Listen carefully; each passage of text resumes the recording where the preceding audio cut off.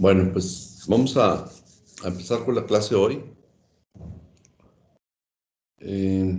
Recuérdenme dónde nos quedamos ayer, perdón. ¿Qué fue lo último que vimos? Creo que terminamos de ver lo del interrogatorio. Bueno, más bien la ficha de identificación en interrogatorio por sistemas. Vamos a ver lo que Ajá. contiene la ficha de identificación.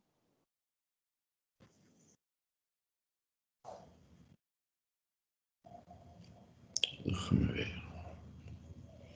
No me aparecen los archivos como...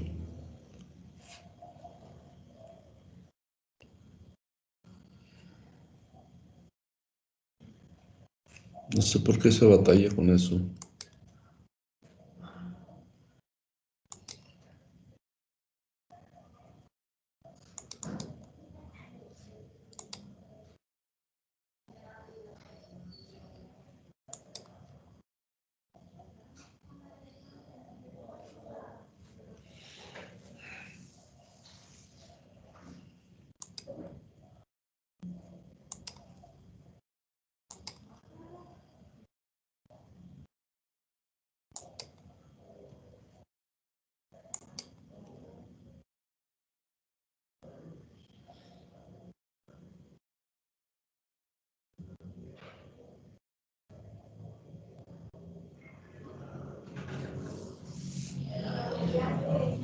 Está cargando apenas la presentación.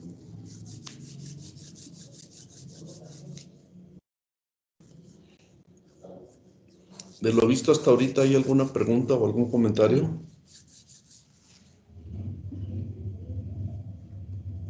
No, doctor, de mi parte no. No, doctor. ¿Ya se ve la presentación? No, todavía no. No, aún no.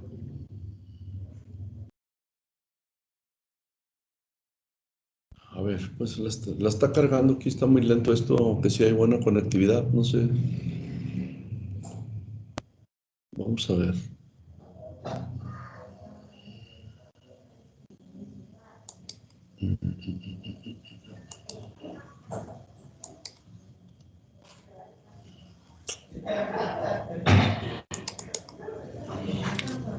¿Ahora sí? Ya. ¿Sí Ya ves se la ve. presentación? Sí, doctor. Sí, doctor. Bueno.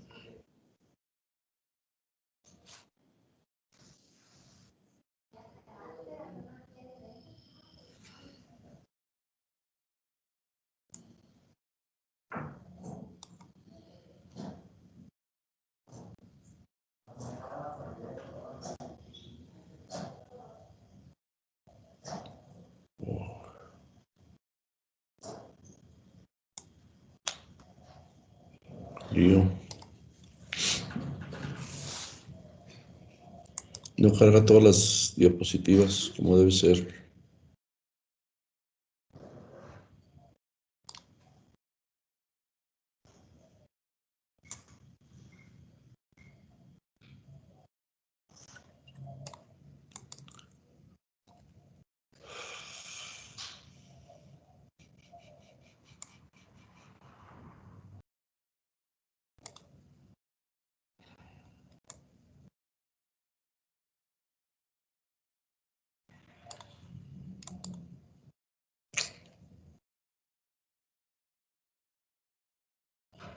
Bien.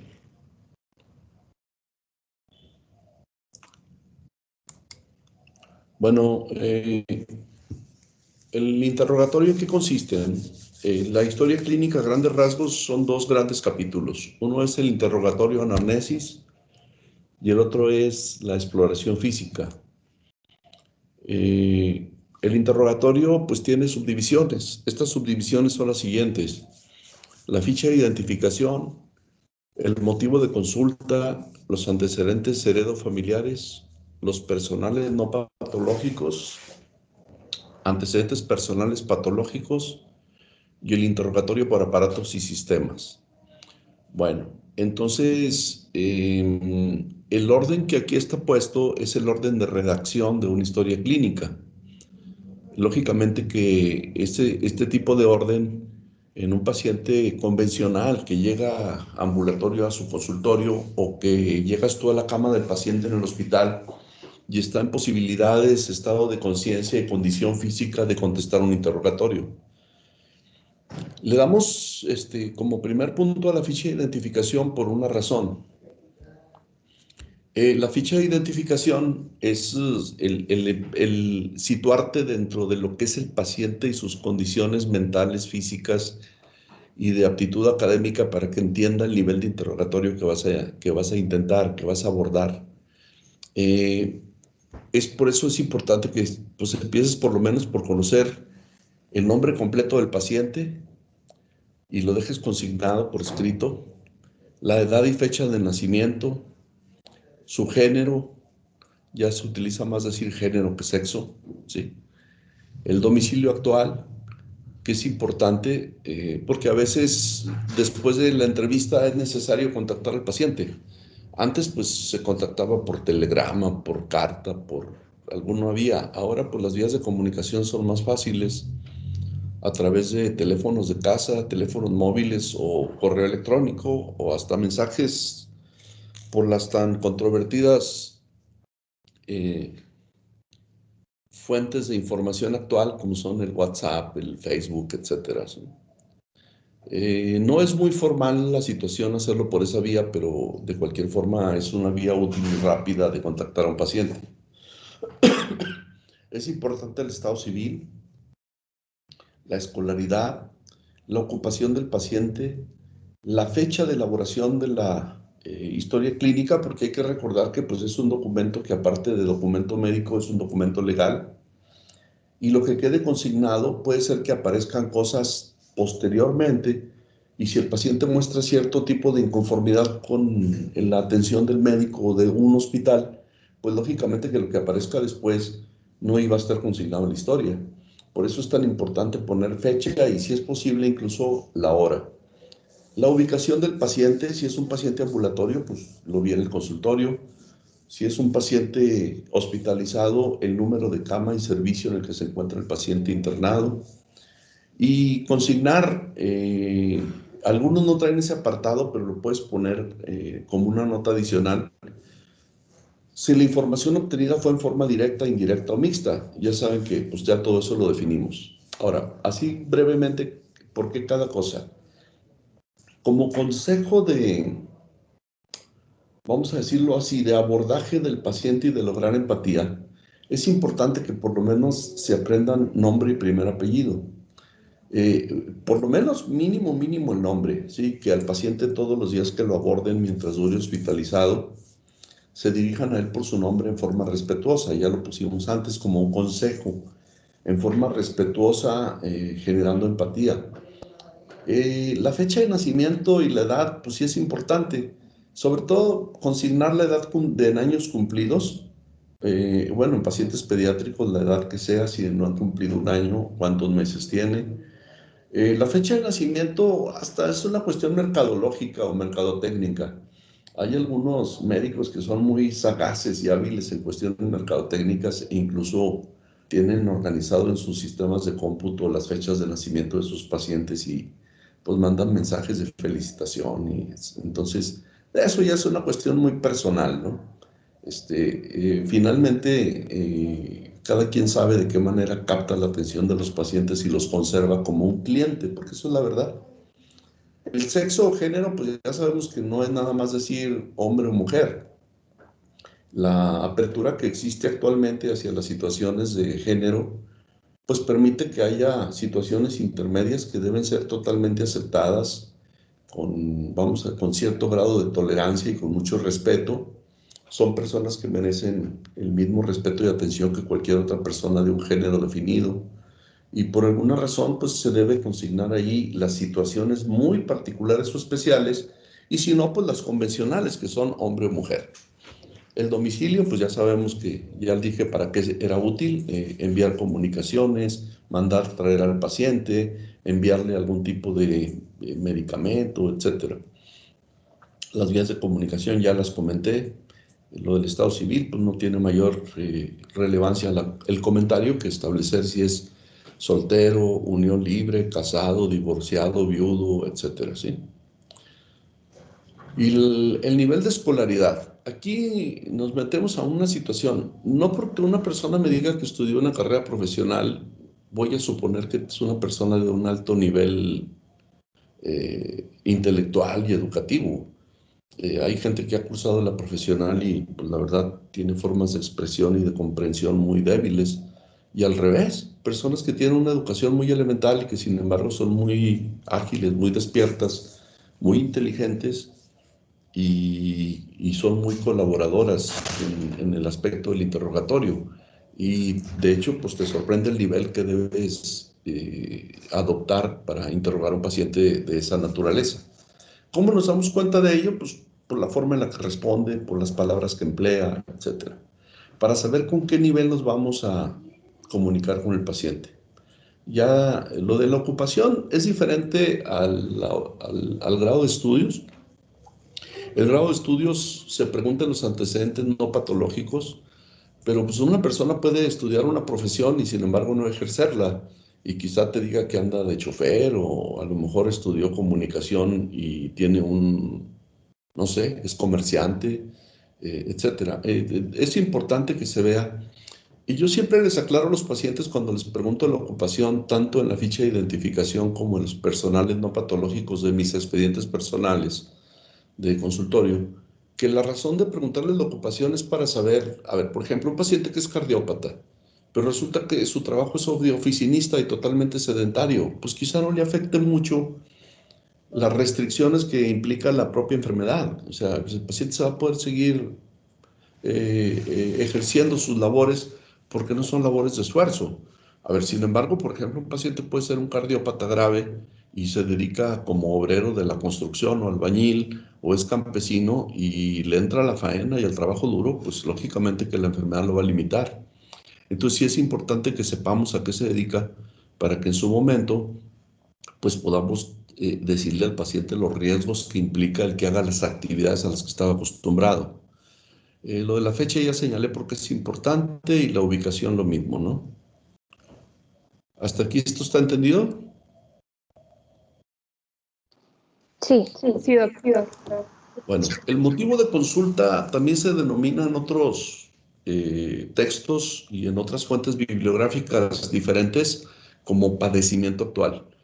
A veces nosotros decimos que después de interiorizarnos un poquitito con el paciente y de comunicarnos con él a través de su nombre y demás, lo primero que le interesa al paciente es que le preguntes por qué acudió contigo, ¿no? No que le preguntes antecedentes heredofamiliares y si su casa tiene 4 habitaciones y si vive en el medio urbano o en el medio rural. Eso no le interesa. Al paciente lo que le interesa es que le resuelva, sobre todo si llega revolcándose por un dolor, ¿verdad? Entonces, ¿en qué consiste el motivo de la consulta? Para fines de redacción de la historia clínica se puede hacer una breve descripción del por qué el paciente acude a buscar atención médica, bien describiéndola en una frase o bien con un párrafo, ¿no? En el que, sin embargo, por muy breve que sea este apartado, a pesar de que es sumamente importante, debe contener lo que está señalado en negritas y sombreado. Debe ser, cualquier padecimiento debe mostrar inicio, evolución y estado actual. O sea, ¿cuándo empezó? ¿La enfermedad se ha controlado? ¿Está peor o está mejor? ¿Está mejor espontáneamente o está mejor porque le dieron medicamentos? ¿O está mejor porque lo operaron? Y el estado actual, ¿no? O sea, ¿en qué condición se encuentra actualmente el paciente? Para entender mejor esto vamos a poner un ejemplo. A ver, para que la monotonía de la voz no los aburra, necesito un espontáneo o espontánea que lea la diapositiva.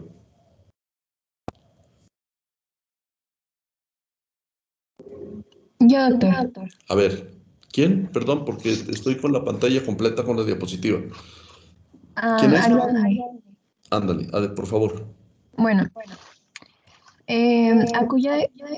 acude a servicio de urgencias paciente masculino de 25 años de edad por dolor abdominal en fosa ilíaca derecha.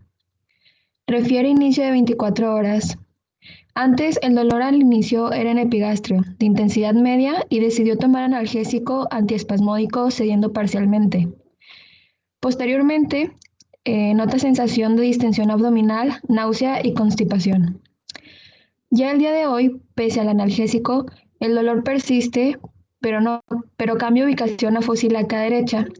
Aumenta la distensión abdominal y presenta náusea con vómito de contenido gástrico. Hay dificultad para la expulsión de gases y no ha evacuado intestino.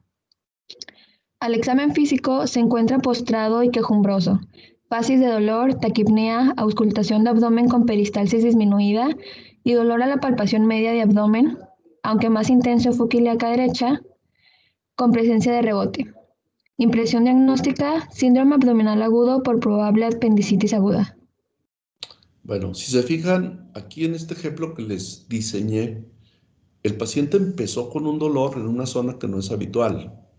Cuando ya veamos lo de síntomas y signos generales y empecemos con el tema de dolor, se van a dar cuenta que existen dolores de fácil localización. Por ejemplo, cuando a una persona le dan un golpe en un brazo, en una pierna, pues localiza perfectamente el sitio del dolor, porque el tipo de inervación que conduce el dolor es diferente a la inervación que conduce el dolor en las vísceras. Lógicamente que este paciente, pues el ejemplo que les pongo, es un hombre joven que tiene un cuadro doloroso agudo. ¿Por qué? Porque empezó en 48 horas, cambió drásticamente de la ubicación inicial en el epigastrio, lo que la gente vulgarmente llama boca del estómago, de un dolor de una intensidad moderada, por eso le dice ahí intensidad media, que como que le calmaba, pero no se quitaba con un analgésico antiespasmódico, butiliosina, clonixinato de lisina, etc. Entonces el paciente empezó a agregarse datos a su padecimiento inicial, porque tiene distensión abdominal, náusea y estreñimiento o constipación. Y lo dice, ese es el inicio. Y luego la evolución, pues es ya lo que se fue agregando y cómo se encuentra en el momento que lo estás revisando. El paciente cambió la ubicación del dolor a la fosa ilíaca derecha, lógicamente que fue un dolor más intenso. Aumenta la distensión abdominal, lo cual les pongo en negritas, y presenta náusea con vómitos de contenido gástrico, con dificultad para la expulsión de gases y no evacuado de intestino. ¿Por qué? Porque un paciente que tiene un cuadro de síndrome de abdomen agudo puede tener un freno al movimiento intestinal que se llama ilio metabólico, ¿sí? Entonces el paciente pues va a empezar porque aunque se distiende y se distiende, no expulsa gases y no evacúa. En la exploración, cuando se vea la exploración del abdomen, que eso es con lo que se empieza la propedéutica 2, van a darse cuenta de que la peristalsis disminuida y el dolor en la palpación del abdomen, sobre todo con un signo que se denomina signo de rebote o signo de von Blumberg, ¿sí? Es importante conocer el epónimo con el cual se nombra el signo. El paciente pues ya tiene un abdomen agudo y lo que era al principio un dolor visceral de localización vaga, se vuelve un dolor de localización plena porque ya involucró a estructuras que están en la pared abdominal. En este caso el peritoneo visceral y el peritoneo parietal. Y eso conformó un síndrome de abdomen agudo y una apendicitis. ¿Qué va a pasar con ese paciente cuando vistan el diagnóstico con una biometría hemática y con unas radiografías de abdomen o un ultrasonido? Pues que cuando se confirme el diagnóstico, que es muy sencillo, porque es un cuadro muy clásico el que les puse, pues el paciente va a parar en el quirófano, ¿eh? Entonces, ¿sí se entendió? Ahí les pongo el ejemplo de cómo en un pequeño párrafo o varios párrafos, pequeñas frases, queda descrito lo que es un padecimiento de un paciente. Claro que eso no es una historia clínica, porque ahí no habla de sus antecedentes, a qué se dedica, su nivel educativo, si fuma, si toma, qué alimentos come, etcétera, ¿sí? Entonces, ¿sí se comprendió el concepto? Sí, doctor. Bueno, el ejemplo fue diseñado para que así se comprendiera. Podemos poner otros ejemplos, pero pues ya en su momento se hará. La siguiente parte después, en el orden que señalamos, el interrogatorio, que era ficha de identificación, motivo de la consulta, entra, si el paciente y sus condiciones lo permiten, se hace la historia clínica ya detallada preguntando estos datos. Los antecedentes heredofamiliares de la historia clínica. Estos son antecedentes de padecimientos sufridos por un miembro directo de la familia. Estoy hablando de papá, mamá, abuelos y hasta hermanos. Y en cierta forma también se pueden incluir a colaterales de ambas líneas, línea materna o línea paterna. Los datos más relevantes que se preguntan, dado que existe un sinfín de enfermedades, pero no todas pueden ser interrogadas a menos que el paciente las conozca en detalle. Estoy hablando de las principales en la lista que aparece ahí. Por ejemplo, hay enfermedades que tienen herencia directa o predisposición genética. Son cosas diferentes. Por ejemplo, la hipertensión. La hipertensión no se hereda, pero la predisposición sí. Entonces, alguien que proviene de una familia de hipertensos es más fácil que sea hipertenso o que se vuelva hipertenso. La cardiopatía isquémica, pues, cuando alguien ha tenido en la familia miembros familiares directos como papá, mamá o abuelos que han tenido o han sufrido ataques isquémicos del corazón, pues tiene más riesgo de sufrir esta enfermedad. Las dislipidemias. Las de comportamiento hereditario generalmente ocurren en edad joven y lamentablemente casi nunca dan síntomas las que son expensas del colesterol, sino hasta que se llega a la edad madura sufriendo la enfermedad sin haberla corregido. Me refiero específicamente a la hipercolesterolemia familiar. Los triglicéridos, que es una particularidad de la población mexicana, hasta un 30% de los mexicanos podemos tener triglicéridos altos, y de todo eso, colesterol o triglicéridos entran en dislipidemias, sí tiene mucha relevancia, porque cuando los niveles de triglicéridos que se manejan en un sujeto joven son superiores a 1000 miligramos por decilitro, el paciente tiene dos riesgos: uno de presentación tardía, como es la liga de triglicéridos altos con diabetes, y otro de presentación inmediata, que es en un paciente que tiene los lípidos muy elevados, como en este caso los triglicéridos. Lo que más puede ser es que el paciente sufra una pancreatitis por triglicéridos. Entonces, eso es la trascendencia de los antecedentes heredofamiliares. Y vamos a continuar. La diabetes mellitus tipo 2, que es más del 90% de los casos de diabetes, sí es totalmente transmisible por herencia. Las enfermedades tiroideas también tienen una predisposición genética y ocupan generalmente casos en mujeres en edad joven. Y lógicamente la aparición tardía de las enfermedades tiroideas en las mujeres en la etapa posmenopáusica. Entonces, cuando un familiar directo ha tenido trastornos tiroideos, esos se pueden ver reflejados posteriormente en la descendencia, particularmente en las mujeres, y menos comúnmente, pero no en forma imposible, en los varones. Los problemas psiquiátricos también tienen un rasgo de comportamiento familiar y por lo tanto deben ser tomados en cuenta como antecedentes. Los problemas psiquiátricos pueden ser tan leves como la angustia o ansiedad, la depresión, los casos combinados de depresión y ansiedad, o bien los trastornos más graves como la esquizofrenia. ¿Sí? Pues todo eso debe quedar consignado en la historia. Las enfermedades reumáticas, estamos hablando particularmente no de las dolencias articulares que todo el mundo considera artritis, sino de las enfermedades realmente graves con cambios deformantes articulares, con alteraciones de participación en muchos órganos, que entran como enfermedades reumáticas, como lupus eritematoso, artritis reumatoidea, enfermedad mixta del tejido conectivo, etc. El asma puede tener un comportamiento familiar, sobre todo el asma atópica o el asma, que es la más común, el asma inducida por alergenos ambientales. Las enfermedades neoplásicas, obviamente que existen muchísimos ejemplos de las enfermedades de transmisión genética. Ahorita la que más cobra relevancia por su frecuencia es el cáncer de mama. Cuando una mujer refiere que alguien de su familia tuvo cáncer de mama y reúne algunos otros factores como la nulliparidad, o sea, nunca se embarazó, o se embarazó pero nunca amamantó, etcétera. Todo ese tipo de cosas reunidas junto con un antecedente familiar de cáncer mamario, pues hace que estemos encima de esa paciente por el riesgo de desarrollo de cáncer mamario. Las anomalías congénitas también pueden tener cierto rasgo de repetición en miembros de la descendencia. por ejemplo, el síndrome de Down y eso. Y hay otras más, por ejemplo, la obesidad también se considera de lo que se debe preguntar.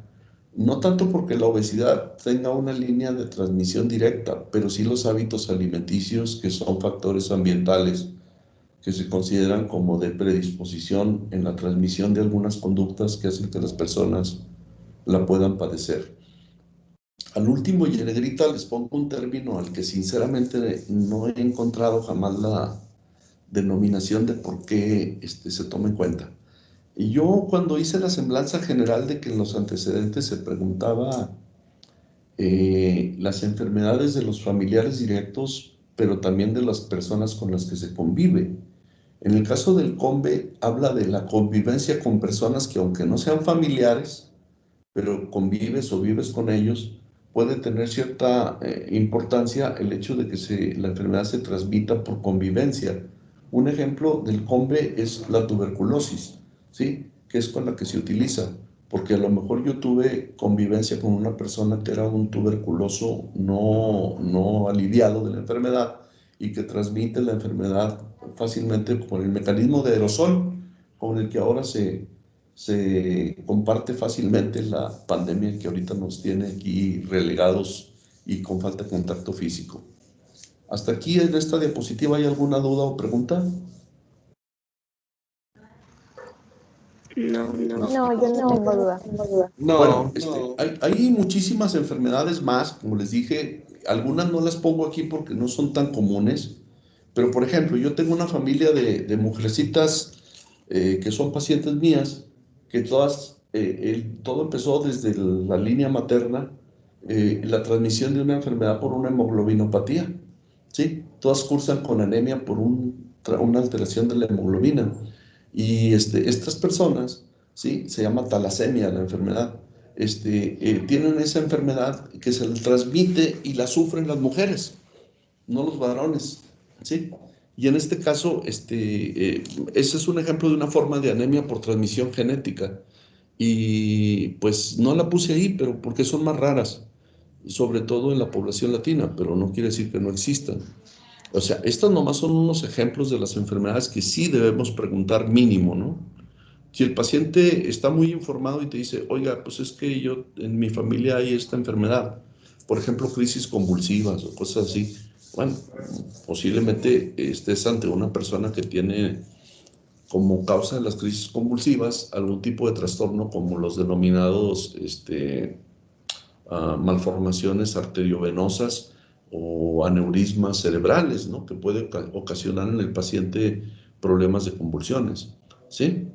Entonces, les estoy poniendo otros ejemplos que no quedaron consignados aquí, pero que de alguna manera expresan que hay más enfermedades que tienen un comportamiento hereditario por transmisión directa o por predisposición genética. Entonces, repito la pregunta, ¿no hay dudas al respecto? No, doctor. Doctor, Bueno, sí. la CONVE es para nada más para tuberculosis. Sí, es un término que se utilizaba, ya casi no lo vas a ver descrito en las historias. En la época en la que a nosotros sí nos tocaba hacer las historias, así lo ponías, CONVE positivo. ¿Por qué? Porque un primo que todos los días va y come a su casa resultó positivo a tuberculosis.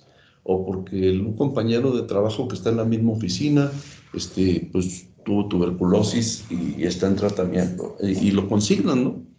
Ahora, a veces no sabemos de las personas con las que convives diariamente qué tipo de enfermedades sufren, pero pues cuando las conocemos, particularmente para esas se usa nada más el CONVE para lo de tuberculosis. ¿Sí? Sí, doctor, muchas gracias. Quizá en una época tuvo muchísima importancia porque la tuberculosis era una de las enfermedades infecciosas más comunes en México.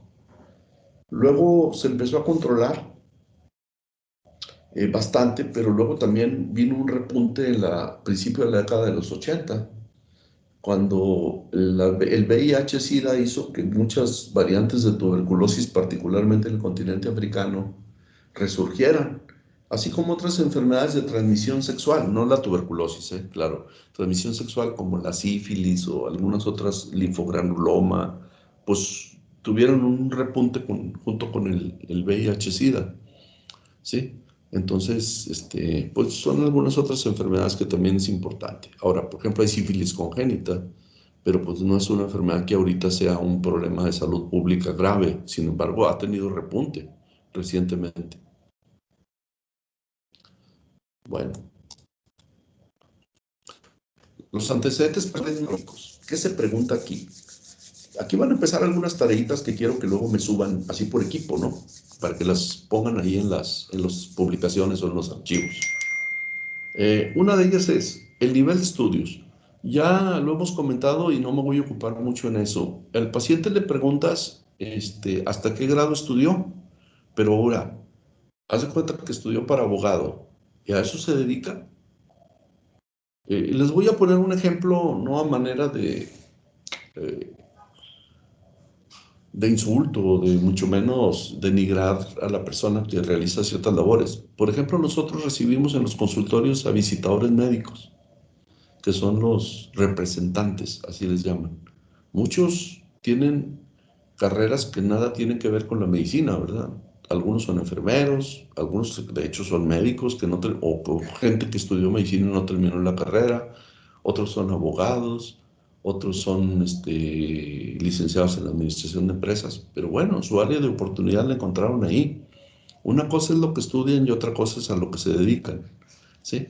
Entonces, es importante que sepamos el nivel de estudios, sobre todo para saber en qué nivel nos vamos a dirigir al paciente, aunque ya dijimos que no es algo de aplicación general, que hay gente con bajo nivel de estudios, pero con mucha inteligencia y con mucha preparación por autoaprendizaje, que desde la forma en que te conteste las palabras que emplea, te dice qué tipo de nivel de interrogatorio vas a usar con él.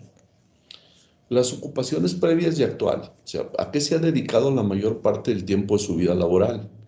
¿Y a qué se dedica actualmente? Todo eso es importante. ¿Qué otra cosa? La higiene personal, o sea, cada cuando se baña y el cambio de ropa, ¿sí? Es importante señalarlo. ¿Por qué? Pues porque hay algunos padecimientos de parásitos ectópicos o de parásitos totalmente externos que el paciente puede sufrir. Por ejemplo, la pediculosis o la sarna, ¿sí? Pues tiene mucho que ver con el ambiente de higiene personal.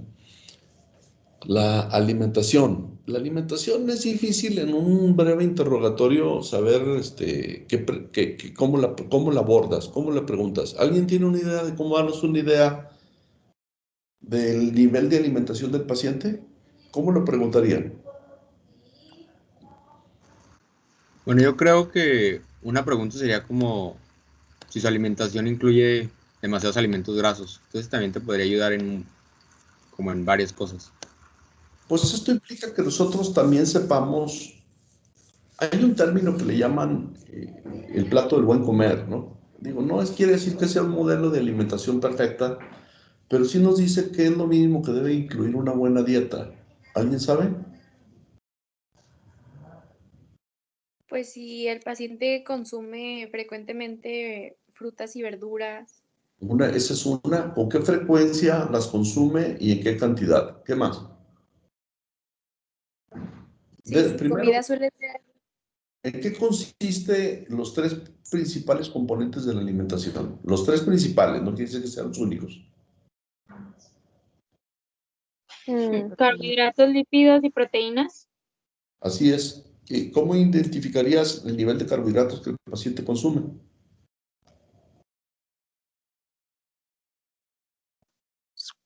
¿Cuántos cereales del grupo de cereales come? ¿Sí? Como pan, pastas. Así es. ¿Qué más? mm, em, no sé. Pan, pastas, arroz y leguminosas. Aunque las leguminosas también tienen proteínas, ¿eh? Bueno, pero también tienen mucho carbohidrato y fibra. La otra es las proteínas, los lípidos. ¿En qué te das cuenta de la cantidad de lípidos que la persona consume?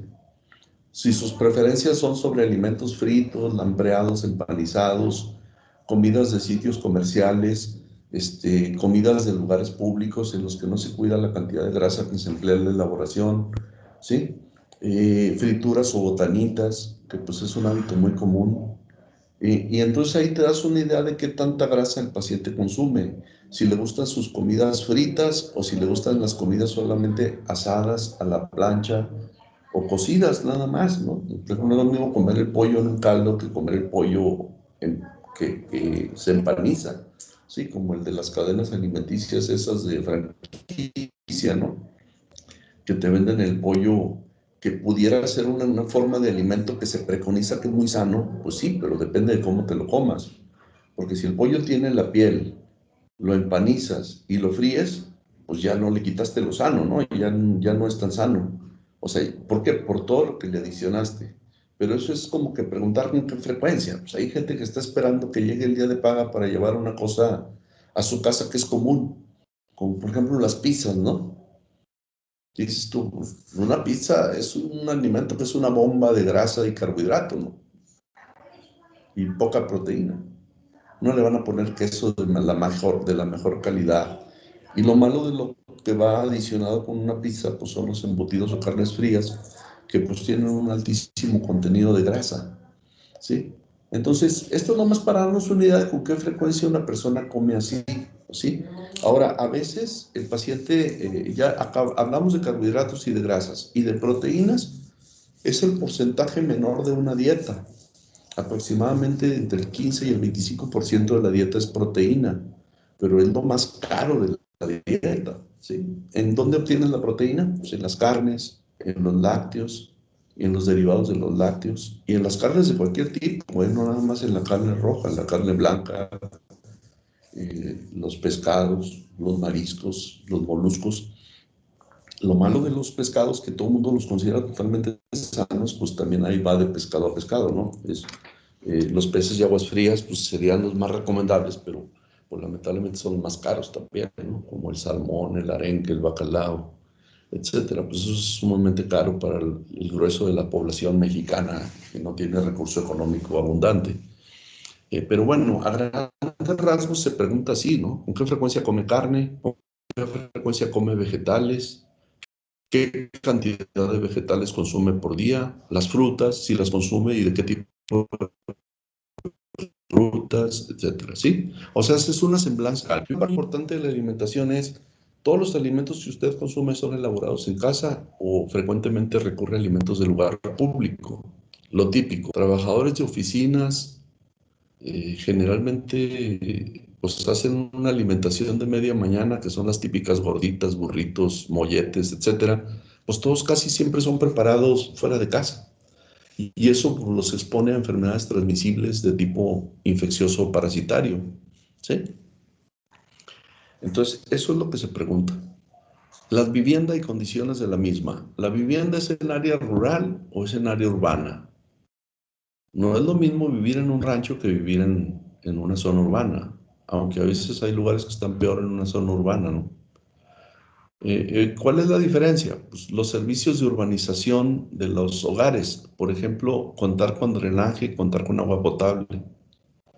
En una comunidad rural alejada, pues difícilmente se podría contar con un agua de pureza aceptable, aunque sea entubada y que llegue desde un sitio urbano más o menos próximo a la localización de la vivienda. No se diga el drenaje, ¿no? El drenaje pues, en esos lugares no existe. La gente ahí practica fecalismo al aire libre o bien, pues cuando están más o menos educaditos o llega alguien que les promueve salud, pues los estimula que hagan fosas sépticas, ¿sí? Para que por lo menos el excremento quede concentrado en un solo sitio y frecuentemente se aplique cal para que no dé lugar a la proliferación de gérmenes o de parásitos que puedan ser fácilmente transmisibles. Al que vive en un área urbana, pues se supone que tiene todas las condiciones ambientales favorables, pero pues hay periferias del área urbana en las que también el drenaje es deficiente o el agua potable no llega y tienen que almacenar el agua en tanques de plástico, en cosas con las que no aseguran la esterilidad o una baja proporción de bacterias, que es lo permisible del líquido que se consume. Y pues las condiciones de higiene de la persona también son a veces malas. Nosotros juzgamos con mucha ligereza el que una persona quizá no tenga baño diario, pero pues resulta que no tiene un baño cerrado, un baño de regadera, ni un boiler, ¿verdad? Tiene que calentar su agüita en una estufa y pues a lo mejor no se puede bañar como los que tenemos toda esa comodidad. Todo eso son cosas que no son secundarias, que sí se tienen que preguntar, porque de estas condiciones dependerá el tipo de enfermedad que comúnmente ocupa a las personas. Hay que recordar que hasta la primera mitad del siglo XX, en la que ustedes ni habían nacido, ni siquiera sus papás, en la primera mitad del siglo XX las enfermedades que predominaban eran las enfermedades y que mataban a la gente, las enfermedades infecciosas. Sin embargo, en la segunda mitad del siglo XX, hasta nuestros días, que ya vamos en el 2021, ¿sí? Las enfermedades han cambiado epidemiológicamente, ya no son las infecciosas y transmisibles las más importantes causas de mortalidad. Ahora son las enfermedades crónico-degenerativas, como la diabetes, como las consecuencias de la diabetes, que es la aterosclerosis, la cardiopatía isquémica, la enfermedad cerebrovascular y las neoplasias, que también entran dentro de ello. Por eso, todo esto tiene que preguntarse cuando estás con un paciente que ya preguntaste su principal motivo de consulta, pero ahora sí ya te da tiempo de preguntar y situarte y conocer las condiciones del paciente. ¿Qué otra cosa con respecto a la vivienda? Bueno, pues no es lo mismo que vivas en una casa en la que tú tienes tu propia recámara y tus vías de aseo y tu escritorio para estudiar y tu lamparita ahí muy cómoda, a una persona que en la misma habitación es cocina, es sala de TV, que eso sí nunca falta en una vivienda, por más pobre que sea, un televisor, ¿sí? Y, y es recámara, pues que ahí mismo están las camas. Entonces, pues eso ya favorece un hacinamiento, ¿no? Ahora, a veces les da por tener animales en casa y resulta que mucha gente pues no los mantiene fuera de la habitación o fuera de la casa. Cuando es una habitación no son varias. Hay gente que incluso se duerme con sus mascotas, ¿no? De ahí surgió el hecho de que decían que ciertas razas animales menores, como por ejemplo los chihuahuas y eso, que curaban el alma, pues lo cual es una mentira. Sí, y hay gente que se duerme con el animal ahí en las mismas cobijas, ¿no? Entonces, pues es sumamente antihigiénico. Y o sea, eso de convivir en forma estrecha con los animales domésticos se le denomina zoonosis. Entonces, que hay gente que tiene gatos, perros o algún otro tipo de mascota más rara dentro de la misma habitación y hasta dentro del mismo lecho, ¿sí? Volviendo, porque eso está relacionado con las condiciones de la vivienda, pues lógicamente que si una vivienda tiene un espacio donde puedan estar aparte los animales, no es malo tener un cachorro, no es malo tener un perrito ahí o cualquier otro tipo de animal domesticado. El término de promiscuidad puede tener una doble definición, ¿no? Una, lo de convivencia íntima en un mismo sitio de varias personas, pero el término con el que se aplica en medicina es, aparte del número de personas con las que convive, cuando el padecimiento implica hacer una pregunta, es el número de parejas sexuales de la persona también, ¿sí? Lo triste del caso es que a veces el paciente está en un hospital público, en una habitación que tiene 4 camas, en el mejor de los casos, o 6 camas, como en el hospital universitario, y tú cuando estás haciendo una historia clínica ya haces una pregunta casi a voz alta, y todos los pacientes que están a un lado y sus familiares, porque no hay un lugar privado donde puedas preguntarle al paciente, paran la oreja, ¿no? A ver, ¿qué le preguntaste? Oiga, ¿y usted cuántas parejas sexuales tiene? No, pues depende de qué tan presumido sea el paciente, pues te va a decir cuántas, ¿no?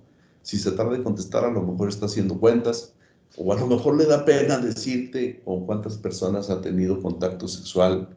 Ahora, el problema es en qué tiempo Por ejemplo, cuando alguien va a ser donador de sangre, le preguntan si ha tenido contacto sexual con más de una persona en un periodo de los últimos 6 meses. ¿Por qué? Porque hay unas enfermedades que tienen un periodo de latencia de transmisión sexual que se manifiestan hasta buen tiempo después de que ocurrió la relación. Y las inmunizaciones también son importantes y van aquí. Hay cartillas de vacunación para los niños, que son las oficiales y que cada vez se hacen más amplias y complejas, porque ya las inmunizaciones en los niños abarcan cosas que antes no abarcaban, como rotavirus, como rubiola. Eso ya tiene muchos años, de hecho ustedes seguramente se las aplicaron, pero antes no, antes la vacunación era muy elemental, era sarampión, tosferina, tétanos. Ahorita no, ahorita la vacunación es contra muchísimas enfermedades transmisibles e infecciosas. Y pues lo más reciente, también hay inmunizaciones en los adultos.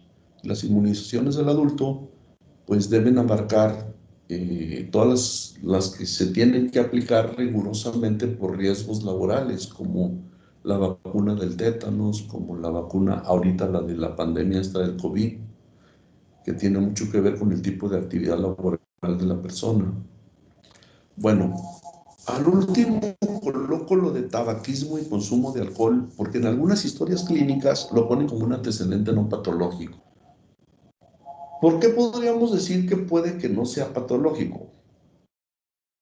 A ver, por ejemplo, si una persona me dice que se fuma solamente 2 cigarros al día, pues el número total de cigarros que se fuma en una semana, en un mes, ¿cuántos trae cigarrillos? Trae un paquete.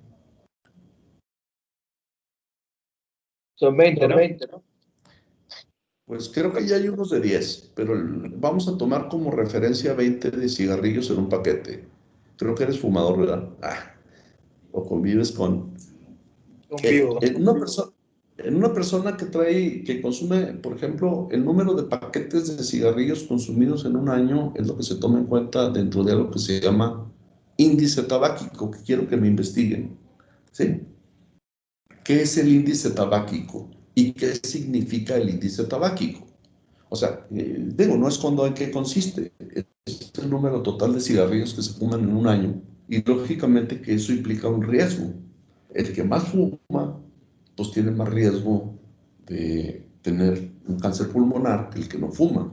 Ahora, en el último de los casos es cáncer pulmonar. En otros casos no tan graves, pues no es cáncer pulmonar, pero sí es una enfermedad importante como el EPOC o enfermedad pulmonar obstructiva crónica, que puede tener 2 presentaciones, enfisema o bronquitis crónica. Todo esto derivado del abuso de sustancias. Y por último, quiero que consulten eso, ya lo estoy dejando como una tarea. El índice tabaco, ¿sí? Y por último, el consumo de alcohol. El consumo de alcohol también depende. Por ejemplo, hay algunos países donde se come con vino de mesa. Claro que la cantidad de vino de mesa que se consume en una comida no va más allá de 300 mililitros, ¿sí? De una bebida de baja graduación alcohólica. Y aquí viene la segunda tarea. De las principales bebidas que se consumen, ¿cuál es su nivel de graduación alcohólica? Para saber el riesgo de exceder el consumo de alcohol que se ve traducido en una enfermedad hepática crónica. Esa es la segunda tarea, ¿sí? Que me digan cuáles son las principales bebidas que se consumen y cuál es su graduación alcohólica. ¿A cuáles me refiero? Me refiero a, por ejemplo, al brandy, al vodka, a la ginebra, al whisky, ¿sí? Todas estas, pues, son bebidas de baja graduación alcohólica que se consumen, el vino de mesa, la cerveza. Quiero que me digan, ¿verdad? Ahora, dentro de las mismas cervezas, las cervezas de uso más común, porque hay alguna variante de cervezas que tiene una mayor cantidad de alcohol, ¿sí? Mientras que otras, pues, tienen menos. Pero esto es importante, sobre todo cuando la enfermedad se relaciona con cualquiera de esos 2 hábitos. Ahora, si una persona consume vino porque es parte de su costumbre, dentro del consumo de los alimentos del día a día, pues no se considera un vicio, por lo tanto sí debe estar como no patológico. A ver, no sé si se entiende ese concepto, porque luego volvemos a repetir esto de tabaquismo y etilismo en los personales patológicos, porque en otras historias clínicas ahí lo ponen. O sea, yo lo que quiero que se comprenda es que el tabaquismo se considerará patológico dependiendo de la cantidad de cigarrillos que se fuman. Lo mismo el tipo de bebida alcohólica que se consume y la cantidad. Porque dice, bueno, no es una bebida de baja graduación alcohólica, pero resulta que el paciente te dice, sí, pero es que yo me tomo en un fin de semana 20 cervezas. Bueno, pues entonces ya, aunque sea una bebida de baja graduación alcohólica, está consumiendo una cantidad considerable de alcohol, ¿sí? Porque son 20 cervezas, aunque sean de baja graduación alcohólica. ¿Sí comprende eso? Sí, doctor. Sí, doctor. Sí, Ahora, fíjese, yo me he topado mucho en la consulta que usted consume bebidas alcohólicas y el paciente se queda así, se tarda un ratito en responder y luego, no. Le digo, a ver, ¿por qué dudo? Bueno, es que tomo cerveza y ellos no consideran que la cerveza sea una bebida alcohólica, pues están equivocados. ¿Por qué embrutece? Digo, depende de la cantidad, ¿verdad? Porque tiene contenido alcohólico. Entonces, el paciente a veces considera que alcohol solamente es el brandy, la ginebra, el whisky, el tequila, el mezcal, el sotol, ¿no? Bebida alcohólica, independientemente de la graduación, son todas las que les acabo de mencionar, de las cuales espero que lo hagan en forma de presentación y al azar cualquiera me ponga en la pantalla, esto es el índice tabáquico y esto, y el número de cajetillas que se consumen por año se ve relacionado con tales enfermedades. Este es el nivel de graduación alcohólica en las diferentes bebidas y es con lo que más se asocia, ¿no? ¿Cuál es la cantidad? Otra pregunta que está relacionada con el alcohol. ¿Cuál es la cantidad máxima de alcohol que puede depurar el hígado en un día? ¿Sí? Para saber si es algo patológico o no. Bueno, pasamos a la siguiente. Dentro de los personajes no patológicos, en las pacientes del género femenino se tiene que preguntar algo que se llaman antecedentes ginecobstétricos, que son muy importantes. Ese es el orden con el que no se les va nada. ¿A qué edad empezó a menstruar la paciente? Que eso se llama menarca. ¿Cuál es su ritmo de menstruación? ¿Menstrua cada mes? ¿Cada cuándo le baja la menstruación? ¿Cada 30 días? ¿Cada 28 días? ¿Cuántos días dura la menstruación? Y ahí también tienen que poner cuántos de esos días es intensa la menstruación, o sea, tiene un alto contenido sanguíneo. A veces la paciente no lo estima y la única manera de estimarlo es por el número de toallas sanitarias que utiliza por día, pero eso no es una buena medida, pero es la única que hay. ¿Por qué? Porque hay personas que sienten que cuando traen impregnada la toalla con sangre huelen mal y por esa razón se están cambiando frecuentemente y nosotros ahí podemos considerar pues que es un sangrado intenso cuando quizá no lo sea. Sí, sí se comprende eso, esa relación. Sí, doctor. Sí, Entonces, como que hay que ser más precisos y preguntarle, o sea, de los 5 días que dura su menstruación, ¿cuántos días el sangrado es intenso? Frecuentemente el primer día no lo es, pero a lo mejor el segundo, el tercero y el cuarto sí, y el quinto se empieza a quitar, ¿sí? Ahora, es importante establecer cuál fue la fecha de última menstruación. A ver, ¿por qué es importante eso? Suponiendo que una paciente te llegue por una enfermedad parasitaria y tú sospeches amibiasis y le vas a dar antiparasitarios, pregunta la fecha de última regla, porque ¿qué tal que le estás dando a una mujer embarazada un antiparasitario? Que frecuentemente son de los que pueden tener acción teratogénica y al provocar anomalías congénitas en el producto, dependiendo de la etapa de formación en que se encuentra la madre. Por eso es importante para ciertos medicamentos que están proscritos en mujeres embarazadas establecer la fecha de la última menstruación.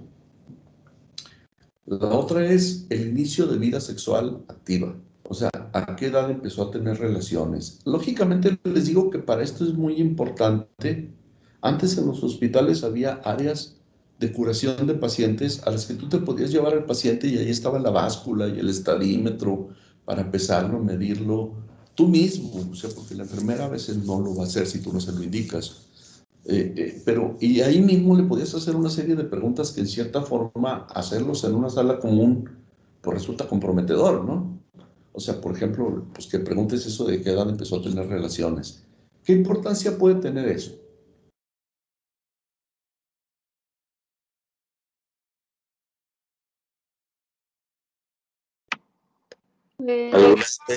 ¿Saben? A ver, nomás uno. ¿Alguna enfermedad de transmisión sexual? Pues digo, la enfermedad puede ocurrir en cualquier momento si es por vía sexual. No, es por ejemplo, había una correlación entre el cáncer cervicuterino y el inicio temprano de vida sexual activa.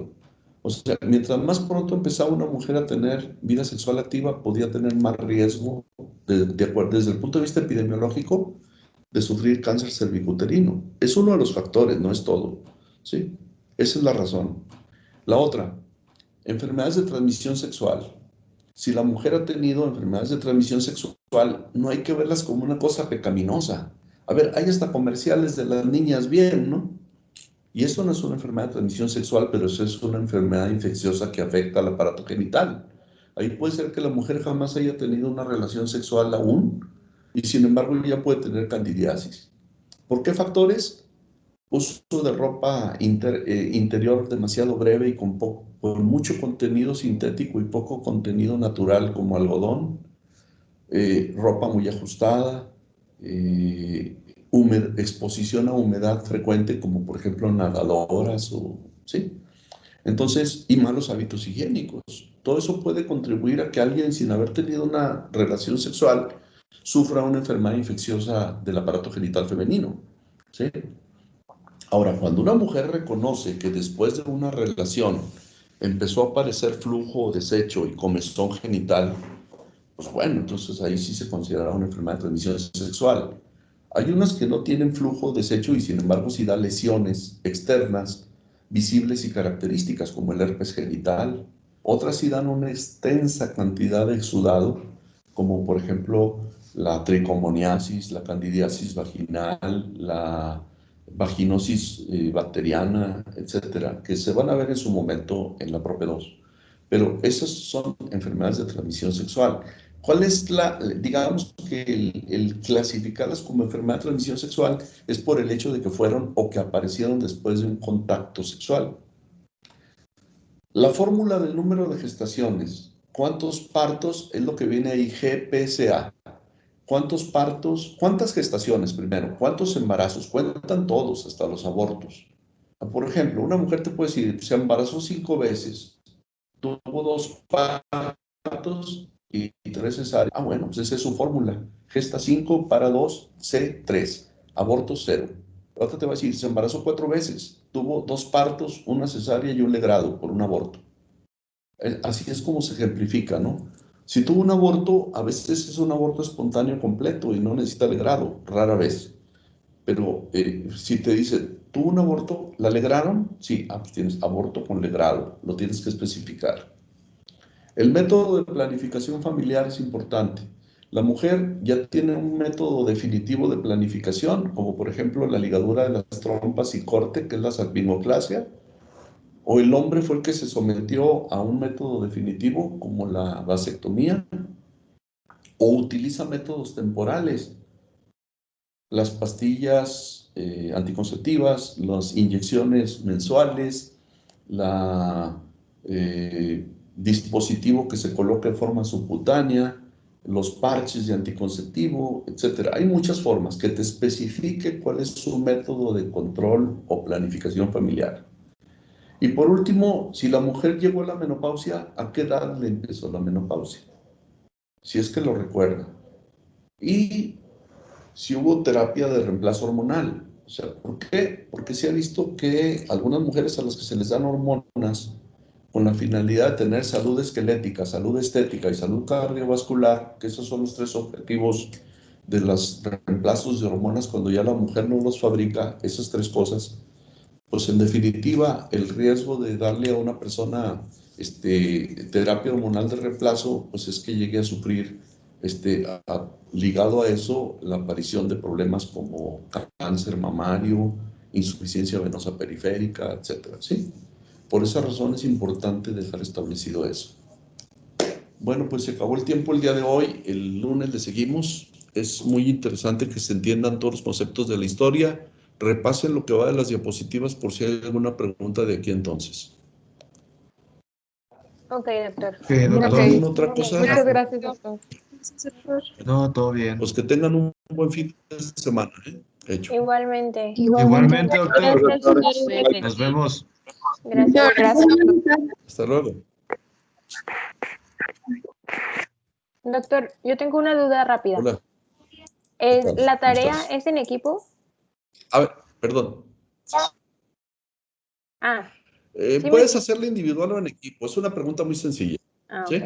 Muy bien. Gracias. Hecho. Muy bien. Hasta luego. Sí. Nomás súbanla para que haya una evidencia de que sí lo consultaron. Ok. ¿Sí? Si lo hacen por equipo, suban todo el equipo. ¿Sí? Muy bien. Gracias. Sale.